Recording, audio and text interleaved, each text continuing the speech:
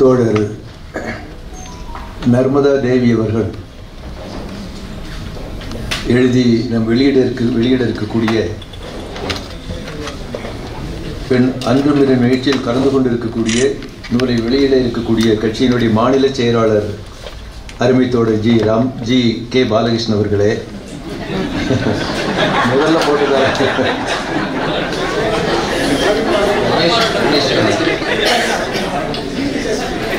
நூலை பெற்றுக்கொள்வதற்காக வந்திருக்கக்கூடிய கவிஞர் சல்மா அவர்களே, தோழர் ஓவியா அவர்களே,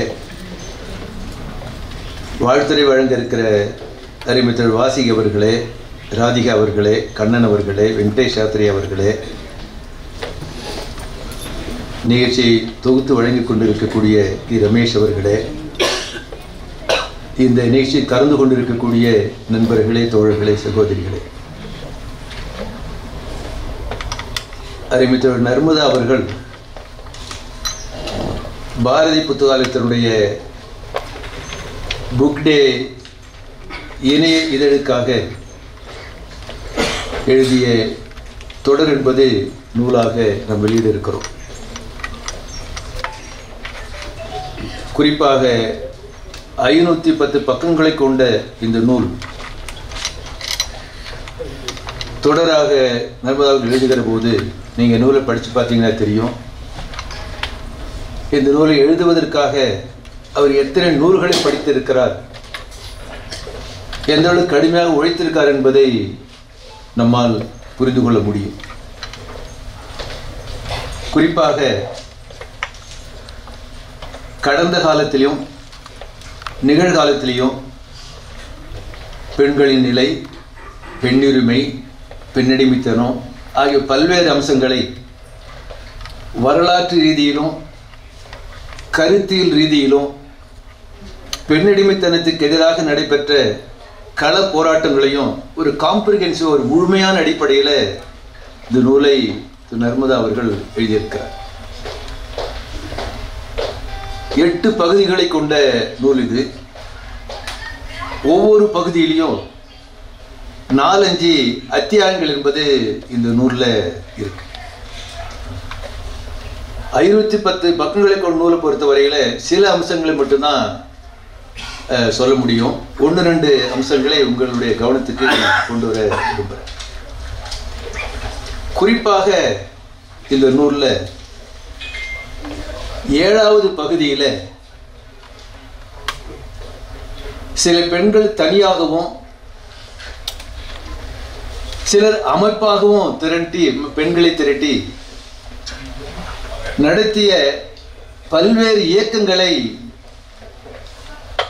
திரு நர்மதா அவர்கள் இந்த நூலில் கொண்டு வந்திருக்கிறார். தனிநபர் போராடுவதை விட ஒரு இயக்கமாக, அமைப்பாக திரட்டி பெண்ணுரிமைக்காக, பெண்ணடிமைத்தனத்துக்கு எதிராக போராடுகிற போது அது மக்கள் மத்தியில் விழிப்புணர்வை உருவாக்க பயன்படுகிறது. பெண்ணுரிமைனா என்ன, பெண்ணடிமை என்ன மக்கள் புரிந்து கொள்வதற்கு பயன்படுகிறது. அமைப்பாக இயக்கம் நடத்துகிற போது ஒரு மக்கள் சக்தியை உருவாக்கி சில பெண்ணுரிமைகளை பெறுவதற்கும் அது அடிப்படையாக அமைகிறது. குறிப்பாக இப்போ மாற்றுத்திறனாளிகள் அமைப்பு உருவாக்கப்பட்டு உங்களுக்கு தெரியும், வலுவான பல போராட்டங்கள் நடத்திட்டு இருக்கிறாங்க. அந்த அமைப்பு முன்வைக்கக்கூடிய கோரிக்கைகள், நடத்தக்கூடிய இயக்கம், அது கோரிக்கைகள் வென்றெடுக்க முடியும். பல மக்கள் மீது பல விழிப்புணர்வையும் அது உருவாக்கிட்டு. சாதாரணமாக கலோக்கியில் நம்ம பேசுறப்போ பேசிடுவோம். நான் ஒரு நாள் கூட்டத்தில் பேசுறப்ப சேவடங்காதல ஊதுன சங்கு மாதிரின்னு பேசிட்டேன். உடனே வாசி கொஞ்ச நேரம் பொறுத்து, ஜியா இனி அப்படி பேசாதீங்கன்ட்டாங்க. அது காலங்காலமா நம்ம பேசிட்டே இருக்கிறது. அப்படி பெண்ணுரிமை, பெண்ணடிமை பிரச்சனை வருகிற கடந்த காலத்துல உங்களுக்கு தெரியும், யாராவது அட்டாக் பண்றது, அவருக்கு தைரியம் இல்லை அப்படின்னு சொன்னா சில பேர் உங்களுக்கு சேரிய பாரிசை அனுப்பி வைப்பாங்க, வளையல் அனுப்பி வைப்பாங்க. அதெல்லாம் எவ்வளவு ரொம்ப ஒரு ஒரு பிற்போக்குத்தனமான நடைமுறையில நம்ம வந்து அதெல்லாம் புரிந்து கொள்ள முடியும். தனிப்பட்ட முறையில் பெண்கள் உரிமைக்காக போராடியதும் அமைப்பாக திரண்டு போராடியதையும் நர்மதா அவர்கள் தன்னுடைய அந்த 7வது பகுதியில ரொம்ப அழகா கொண்டு வந்திருக்காங்க. 1-2 விஷயங்களை உங்க கவனத்துக்கு நான் கொண்டு வர நினைக்கிறேன். குறிப்பாக ஒன்றுபட்ட தஞ்சை மாவட்டத்தில் மன்னார்குடி நகரத்தில் நர்மதா அவருடைய ஊர் மன்னார்குடி நகரத்தில் 1953ஆம் ஆண்டு விவசாய சங்க மாநாடு நடக்குது. சங்கரையால் அந்த மாநாட்டில் கலந்துக்கிறார். சங்கரையா, சீனிவாசம் இத்தவர்களும் கலந்துக்கிறாங்க, ஜி வீரையன். அந்த மாநாடு நடக்கக்கூடிய நாட்களில் ஒரு நாள்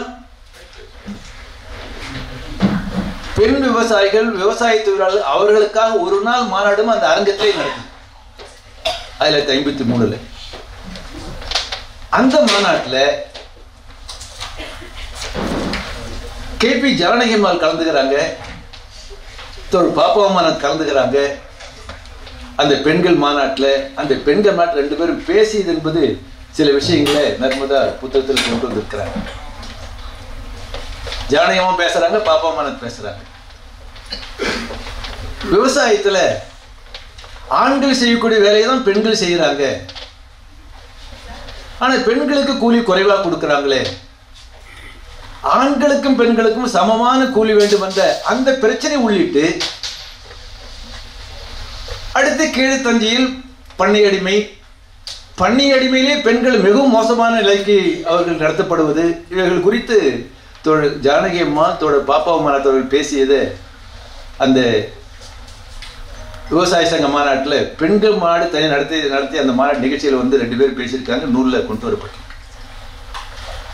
சொல்லப்போனால் அதற்கு முன்னதாகவே 1939ஆம் ஆண்டு திருச்சியில பொன்மலையில ரயில்வே தொழிலாளர் வசிக்கக்கூடிய காலனியில ரயில்வே தொழிலாளர்களுடைய பெண்களை திரட்டி ஒற்றுமைப்படுத்தி ஒரு மாநாட்டை நடத்தி ஒரு அமைப்பு உருவாக்குறாங்க. பாப்பாவுமானத்தோடைய அம்மாவும். அதுதான் அதே மாதிரி தமிழகத்தில் உருவாக்கப்பட்ட முதல் ஒரு மாதர் அமைப்பு என்பது 39 அது 39-40 பொன்மலையில் உருவாக்கப்பட்டது தான். ஜானகி அம்மா பாப்பாவனத்தை பற்றி எல்லாருக்கும் நல்லா தெரியும். இத்தகைய கூட்டத்தை நடத்தி ஒரு மாதர் அமைப்பு உருவாக்கிய பாப்பாவமானத்தினுடைய அன்னை அலைமேலு கடைசியாக அன்னை லட்சுமி அழைப்பாங்க. 1948-51 கம்யூனிஸ்ட் கட்சி தடை செய்யப்பட்ட போது பல்லாவரத்தில் இருந்த பாப்பாவமானார் அவருடைய அன்னை லட்சுமி பல கம்யூனிஸ்ட் தலைவரோடு கைது செய்யப்பட்டு சென்னை சென்ட்ரல் ஜெயிலில் அடைக்கப்படுறாங்க.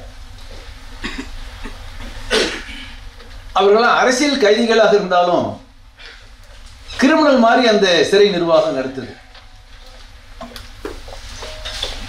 அப்ப நாங்க வந்து கிரிமினல் அல்ல, குற்றம் செய்து சிறைக்கு வரல, அரசியல் கைதிகளாக நடத்தணும் என்ற ஒரு காலவரையிட்ட உண்ணாவிரத்தை பாப்பாவமானத்தோடைய அம்மா வந்து அன்னை லட்சுமி உண்ணாவிரத்தை ஆரம்பிச்சுட்டாங்க. பல பேர் சொல்றாங்க இல்லை நீங்க வேண்டாம், இல்லை நான் தான் இருப்பேன் அப்படின்னு இருக்கிறாங்க. தோழர்களே, தொடர்ந்து பல நாட்கள் உண்ணாவிரதம் இருந்து கடைசியாக சிறையிலேயே பாப்பாவனுடைய அன்னை வாசிகனுடைய பாட்டி சிறையிலே இறந்துடுறாங்க. அதுக்கு 3 ரூம் தள்ளி தான் பாப்பா வந்து அவங்க அந்த சிறையில் இருக்கிறாங்க. இப்போ அந்த சென்ட்ரல் பிரச்சனை இடிச்சு மருத்துவமனை கட்டிட்டாங்க, சென்ட்ரல் ஸ்டேஷன். இது பாப்பா வந்து தன்னை பெற்றெடுத்த அம்மாவுடைய உடலை பார்க்கணும்னு கேட்குறாங்க. அப்போ வந்து முதலமைச்சர் அந்த குமாரசாமி ராஜாவும் இன்னொரு அமைச்சரும் சிறைக்கு வராங்க. சரிம்மா, ஒன்றும் பிரச்சனை இல்லை, நீ பார்க்கலாம், ஒன்று நீ செய்யணும். முதலமைச்சர் வந்து பாப்பா கிட்ட போய் என்ன செய்யணும் சொல்லுங்க, நான் கம்யூனிஸ்ட் கட்சியிலிருந்து விலகுகிறேன்னு சொல்லி நீங்க வந்து எழுதி கையெழுத்து போட்டு கொடுத்தீங்கன்னா பார்க்கலாம்.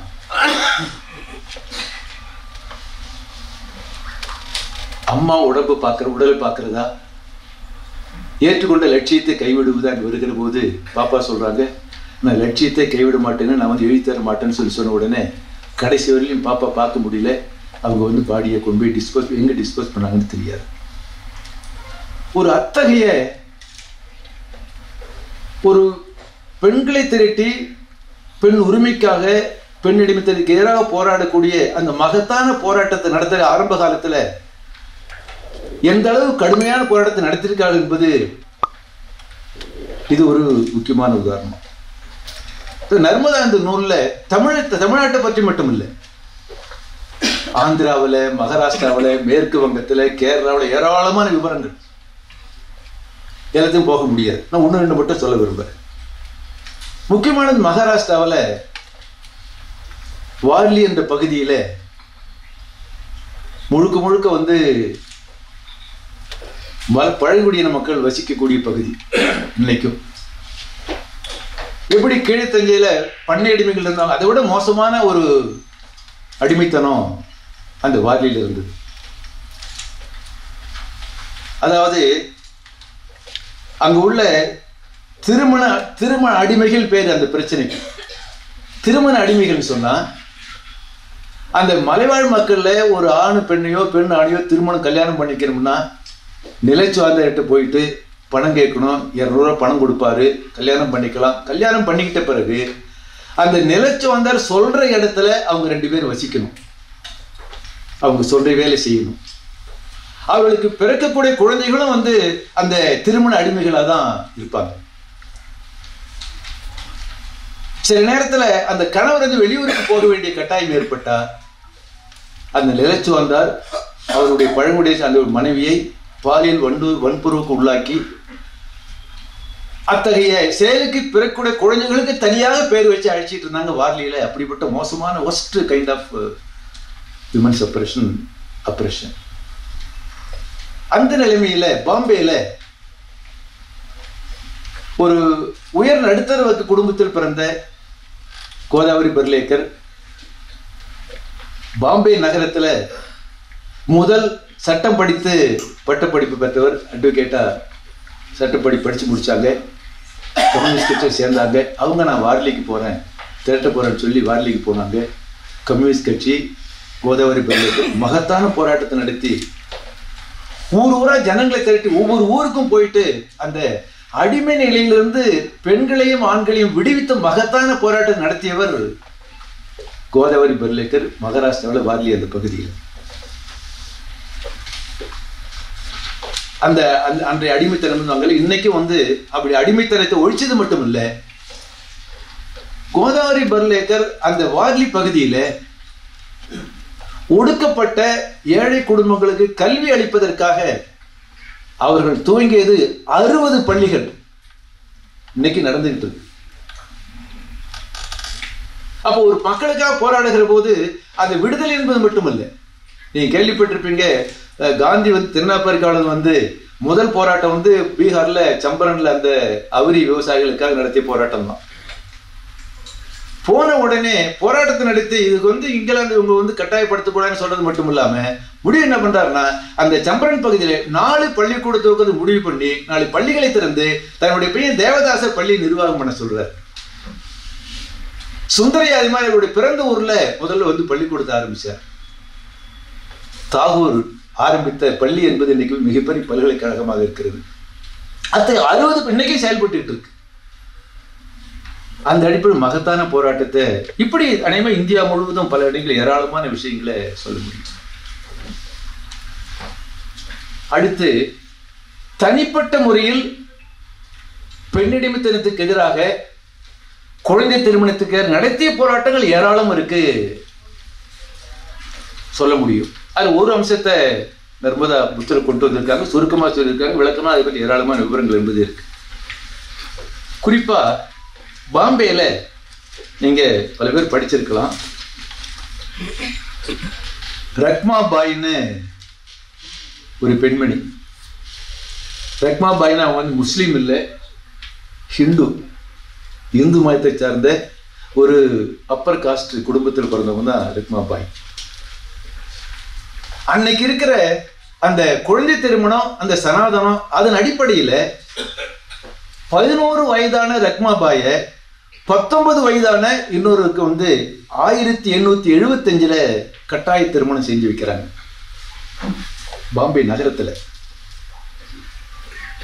திருமணம் செய்த பிறகு 11 வயசு இருக்கிறதால அவரு கணவர் வேற இடத்துல இருக்காரு. இவங்க ரக்மாபாய் என்னுடைய அம்மா வீட்டிலேயே இருக்கிறாங்க, படிக்கிறாங்க. அவங்களுக்கு அந்த திருமணத்துல விருப்பம் இல்லை. அவங்க அம்மாவுக்கு முழுச உடன்பாடு இல்லை. இவங்க படிக்கிறப்ப பல பேரோட பேசுறாங்க, நிறைய புக்கு படிக்கிறாங்க, ரொம்ப ஒரு அவேர்னஸ் வருது. இவங்களுக்கு ரக்மாபாய்க்கு 19 வயதான உடனே அவருடைய கணவர் என் வீட்டுக்கு வான்னு கூப்பிடுறாரு. முடியாதுன்னு சொல்றாங்க. என்னுடைய அனுமதி கேட்டு இந்த திருமணம் நடைபெறவில்லை.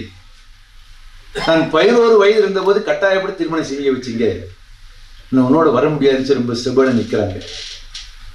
அவன் கோர்ட்ல கேஸ் போடுறான், வழக்கு நடக்குது.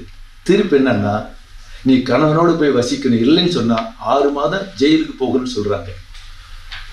கோர்ட்ல அவங்க சொல்றாங்க, நான் கணவரோடு வசிப்பதை விட 6 மாதம் சிறை செல்வதற்கு தயாராக இருக்கிறேன், எனக்கு கவலை கிடையாதுன்னு சொல்லி இவங்க டிக்ளேர் பண்றாங்க. போக மறுத்துட்டாங்க. திடீர் ஒரு நாள் டைம்ஸ் ஆஃப் இந்தியாவில் ஒரு கட்டுரை வருது, ஒரு லெட்டர் வருது. அந்த லெட்டர் இவங்களுடைய துயர கதையை பூரா எழுதுறாங்க. அந்த லெட்டர் பாம்பே நகரத்துல பிரபலமா யார் கடிதம் எழுதியிருக்காங்க, உங்களுக்கு அந்த பூரா இந்த ஸ்டோரி பூரா எழுதிட்டாங்க. அதற்கு பிறகு பாம்பே நகரத்துல டிஃபென்ஸ் ஆஃப் ரக்மாபாய் கமிட்டின்னு ஒரு கமிட்டி அமைக்கிறாங்க, பல பேர் சேர்ந்து. இந்த அடிமைத்தனத்துக்கு எதிராக போராடும் எண்ணம் உள்ளவர்கள் அப்படி சேர்ந்து ஒரு கமிட்டி அமைச்சு போராடணும், புருஷன் விட்டு போக வேண்டாம், கேஸ் நடத்துவோம்.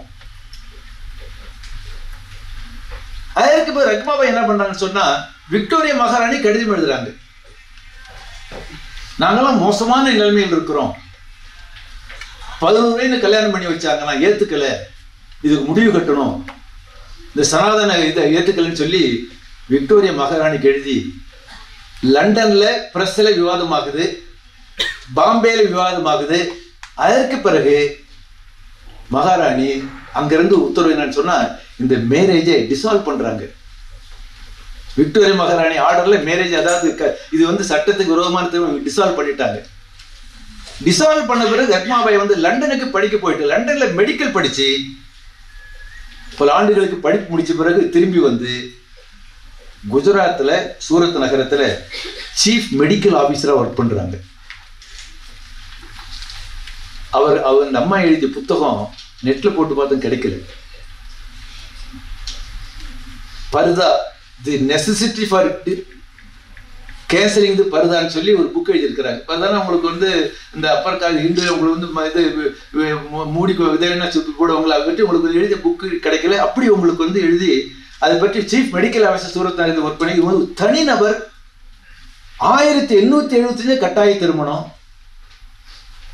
உறுதியா போராடி ஜெயிலுக்கு போக தயாரா இருக்குன்னு சொல்லி இப்படி போராட்டம் நடைபெறுகிற போது என்ன துரவிசுவாசமானு சொன்னா, இவங்க நீதிமன்றத்துல நான் கணவரோடு நான் வாழ விரும்பல, என்னுடைய விருப்பத்துக்கு மரண திருமணம் அப்படின்னு கோர்ட்ல ஸ்டேட்மெண்ட் கொடுத்து ஃபைட் பண்றப்ப பாலகங்காதர் திலகர் அவர் பத்திரிகை எழுதாதான்னு சொன்னா, இது வெளிநாட்டு கல்வியால் ஏற்பட்ட பிரச்சனை, இது வெளிநாட்டுகள் இந்திய மக்களை கெடுத்துக்கிட்டு இருக்குன்னு எழுதியிருக்காரு. யாரு? காங்கிரஸ் கட்சியினுடைய மகத்தான தலைவர். அதற்கு பிறகு விக்டோரியா மகாராணி என்ன பண்ணாங்கன்னு சொன்னா, இந்த மேரேஜை டிசால்வ் பண்ணது மட்டும் இல்லாம ஏஜ் ஆஃப் கன்சென்ட் ஆக்ட்னு திருமணம் நடைபெறுகிற போது பெண்ணுடைய அவங்களுடைய விருப்பம் இல்லாம திருமணம் செய்யக்கூடாது அப்படின்னு சொல்லிட்டு அன்னைக்கு இருந்து போய் வச்சுப்பாங்க.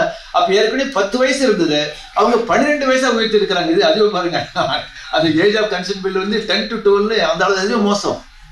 ஆனா ஒரு தனிப்பட்ட ஒரு பெண்மணி உறுதியாக நின்று போராடி மக்களுடைய கவனத்தை ஈர்த்து விக்டோரியா மகாராணிக்கு நிர்பந்தம் கொடுத்து தனிநபர் நடத்திய போராட்டத்துல ஒரு ஏஜ் ஆஃப் கன்சென்ட் ஆக்ட் என்று கொண்டு வரக்கூடிய ஒரு மகத்தான போராட்டத்தை அமைப்புகள் மட்டும் கோதாவரி பர்லேக்கர், பாப்பா அமர்நாத், ஜானகி அம்மாள், மைத்திரி சிவா இப்படிப்பட்ட பல்வேறு அமைப்பை சார் தலைவர்கள் மட்டுமல்ல தனிப்பட்ட முறையில் நடத்திய போராட்ட பல்வேறு அம்சங்களையும் நர்மதா இந்த நூல்ல அழகா கொண்டு வந்திருக்கிறாங்க.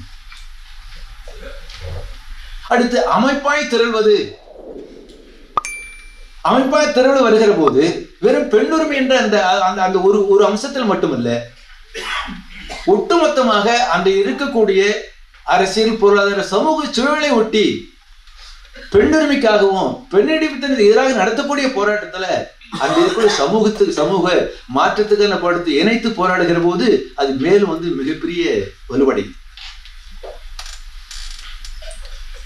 கீழத்தஞ்சையிலே மன்னார்குடியில விவசாய சங்க மாநாடு, ஒரு நாள் பெண்கள் மாநாடு, அவ பெண்ணுரிமைக்காக பெண்ணடிமைத்தை நடத்திய போராட்டத்தை அன்றைக்கு இன்றைக்கு கம்யூனிஸ்ட் கட்சி முழுசா ஆதரிக்குது. மிகப்பெரிய மகத்தான இயக்கமா உருவெடுக்குது, மக்கள் சக்தியா மாறுது.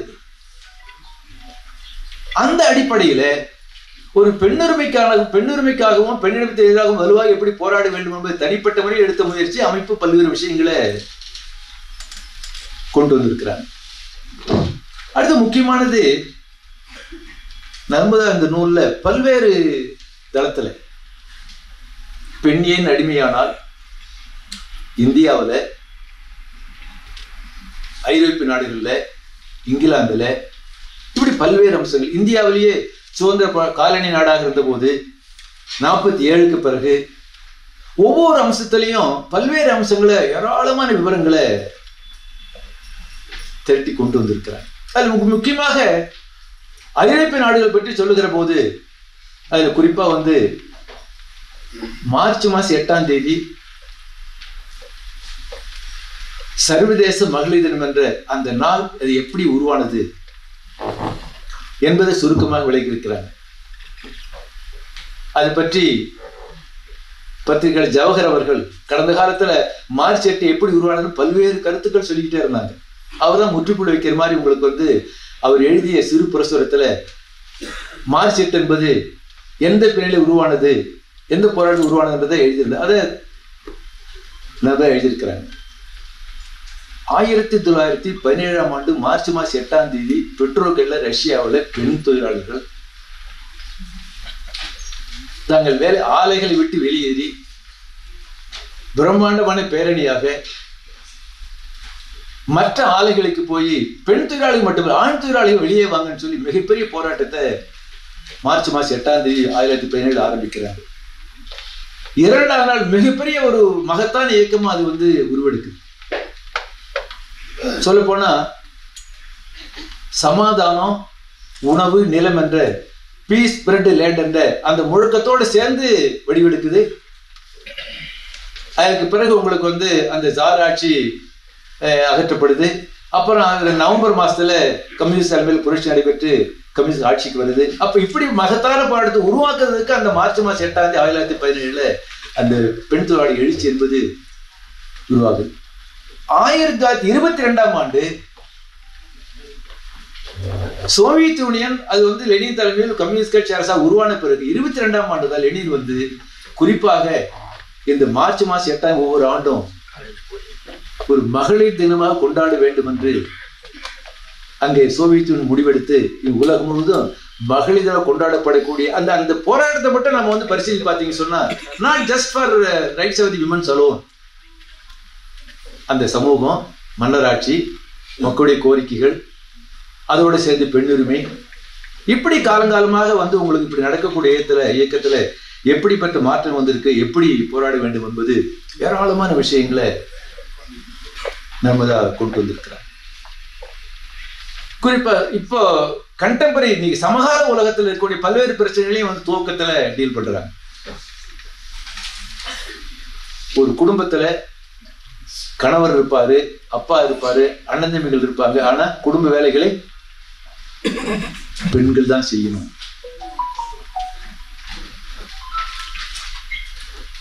இதுல பெண்ணுரிமைக்காக பெண்கள் அமைப்போடு சேர்ந்து போராடக்கூடிய ஆண்களும், பெரும்பான்மையாக விதிவிலக்கா இருக்கிறதா சொல்ல முடியாது. அப்படிப்பட்ட ஒரு நிலைமை நீடிச்சுட்டு இருக்கு. ஒரு முறை கோதாவரி பர்லேக்கர் வந்து விவசாய சங்கத்தோட அகில தலைவராக இருந்தாங்க. அந்த மாநாட்டுக்கு சிஐடி தலைவர் பி.டி. ரணத்வே போயிருக்கார். பொதுவாக பேசிட்டு இருக்கிறப்ப வந்து விவசாய சங்க தலைவராக அவங்களை நியமனம் பண்ணா மட்டும் தேர்ந்தெடுத்தா மட்டும் போதாது, பெண்களுக்கு உரிமை வேணும்னு சொல்லும் பொழுது கோதாவரிக்கு தலையிட்டு no I have been act as president of the association, நான் தலைவராக இருக்கேன், இது போதாதான்னு கேட்டிருக்கிறார். யார் சொன்னது? கோதாவரி பர்லேக்கர். பீட்டை தமாஷா ஜோக் அடிச்சிருக்க, யுவர் லைக் ஜாகிர் ஹுசைன் சொல்லியிருக்காரு. எப்படின்னா, ஒரு ஜாகிர் ஹுசைன் வந்து ஜனாதிபதியை வந்துட்டாக வந்து அவங்களுக்கெல்லாம் மற்ற அந்த சிறுபான்மை உரிமை வந்துருமா, அப்படி ஆக்கியிருக்கிறாங்க. It's not a real solution சொல்லி அந்த அடிப்படையில் இன்னைக்கு வந்து பொதுவாக இந்த பெண்ணுரிமை அப்படிப்பட்ட விஷயம் ஒரு பொழுது குடும்பத்தில் பார்த்தீங்கன்னு சொன்னா அவங்க தான் பாரத்தை சுமக்க வேண்டியிருக்கு. அது பற்றியும் விளக்கியிருக்கிறாங்க. ஏராளமான விஷயம். சாதாரணமா நம்ம நடைமுறையில வந்து உங்க கணவர் என்ன செய்யறாரு, அவர் வந்து எல்ஐசி வேலை செய்யறாரு, நீங்க என்ன செய்யறீங்க? கடந்த காலத்துல ஹவுஸ் ஒய்ஃப்னு சொல்லுவாங்க, இப்பெல்லாம் வந்து ஹோம் மேக்கர்னு.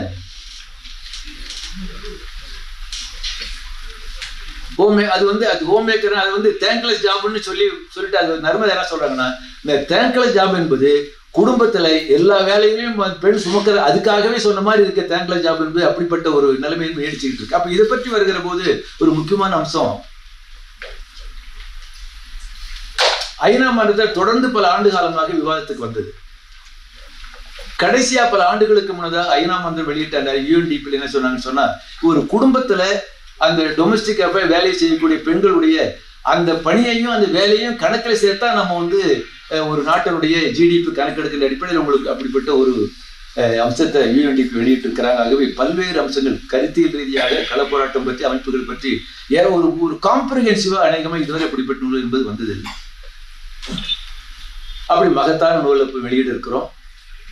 குறிப்பாக இத்தகைய மகத்தான பணியை நர்மதா அவர்கள் செய்வதற்கு சாதாரணமா சொல்லுவாங்க, இவருடைய ஆணினுடைய வெற்றிக்கு பின்னால் ஒரு பெண் இருப்பதாக சொல்லுவாங்க. ஒரு பெண்ணுடைய வெற்றிக்கு பின்னால் அவருடைய இணையர் பொன்னுசாமி வந்திருக்காரு. எங்க இருக்காரு? நேற்று கூட சொன்னாங்க, நர்மதா செலவு பற்றி கவலைப்படாத, முக்கியமா எதுனாலும் நான் பின்னாடி இருக்கேன்னு அந்த அடிப்படையில் உங்களுக்கு வந்து அவருடைய இணையர் பொன்னுசாமி அவர்கள், அவரு திரைத்துறையில் இருக்கார், அவரு உதவிகரமா இருந்தார். எல்லாவற்றுக்கும் மேலாக நர்மதா அவருடைய அம்மா வந்திருக்கிறாங்க. அம்மா கொஞ்சம் எழுந்திருக்க, மற்றவங்க எல்லாம் பார்க்கட்டுங்க. சரஸ்வதி அந்த பக்கம் திரும்ப, அவங்களோட உடல்நிலை சரியில்லை, இருந்தாலும் தன்னுடைய மகள் எழுதி புத்தக வெளியீட்டு நடக்குது, கண்டிப்பா அவர்கள் அடிப்படையில் வந்து ஒரு உதவியோட வந்திருக்கிறாங்க. அதே போலவே நர்மதா அவருடைய மதன் எல்லாம் சாந்தா நாயகி அவங்களும் வந்திருக்கிறாங்க. சாந்த நாயகி அவங்க பக்கத்துல உட்காந்து அவங்கதான் கூடவே இருக்கிறாங்க.